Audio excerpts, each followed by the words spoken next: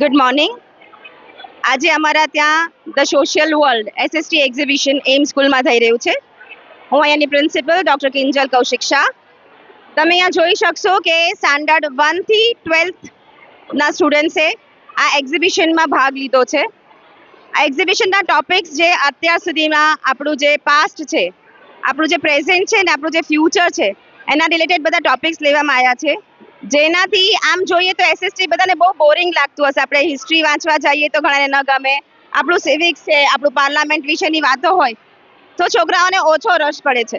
પણ એ લોકોને એમાં ઇન્ટરેસ્ટ જાગે એના હેતુથી અમે આ એક્ઝિબિશન કર્યું છે, જેમાં તમે જોઈ શકશો કે સોલર સિસ્ટમ એટલે કે આપણા 9 પ્લેનેટ્સ જે છે એના વિશે, આપણી જે પેલોથિક એજ હતી, જે આપણે 3000 બીસીથી જ આપણે જોઈએ તો સ્ટોન એજ હતી. પહેલાં માણસો કેવી રીતના રહેતા, જંગલમાં રહેતા, કેવ્સમાં રહેતા, હન્ટિંગ ફાર્મિંગ કરતા, એનાથી લઈને અત્યાર સુધીમાં જે મોડર્ન એજ આપણું આવ્યું છે, આપણી જે ટેકનોલોજી, જે સ્કિલ ડેવલપમેન્ટ, જે મોદી સાહેબે આપણને આપ્યું છે કે આપણે અત્યારે સ્કિલ ઇન્ડિયા તરફ જઈ રહ્યા છે, ડિજિટલ ઇન્ડિયા તરફ જઈ રહ્યા છે, અમે બધું જ કવર કરવાનો ટ્રાય કર્યો છે. હા, અહીંયા કને એમ એકદમ બધું પરફેક્ટ છે. બાળકોને ભણવા સાથે બીજું બધું જ્ઞાન બી એકદમ વ્યવસ્થિત મળે છે. એ લોકોને આપણા દેશના કલ્ચર વિશે ખબર પડે. અત્યારે એ થીમ ઉપર એ લોકોએ આખું પ્રોજેક્ટ બનાવ્યું છે.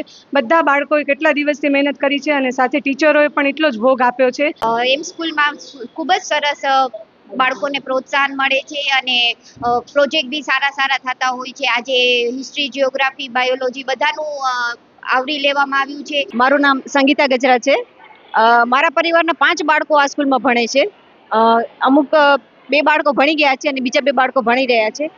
આ સ્કૂલની એક ખાસિયત એ છે કે આપણા બાળકો પહેલા બીજા ધોરણમાં આવે ને ત્યાં સુધી એમને સ્ટેજ ફેર નીકળી જાય, કે બાળકોને સ્ટેજ ઉપર ચડીને જે ડર લાગે એ ડરનો અહેસાસ નથી થતો આ સ્કૂલ. કિંજલ મેમ અને કૌશિક સર અમને બહુ જ સારું શીખવાડે છે. અમને આ ભણવાની બહુ જ મજા આવે છે. અને એમ સ્કૂલમાં આજે એસએસટી એક્ઝિબિશન છે, એમાં અમારું પ્રોજેક્ટ છે. મારું નામ હીર મામતોરા છે અને મારી સાથે મારા બધા ક્લાસમેટ્સ છે, યોગિતા, ધ્રુવ, સૈફ, ધ્રુવી, અર્પિતા અને દિવ્યમ, અને અમે ઇકોનોમિક્સ ઉપર પ્રોજેક્ટ બનાવ્યું છે.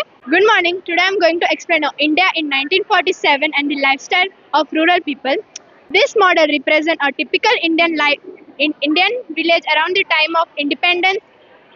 In that time, agriculture was the main occupation and many people depended directly or indirectly on farming.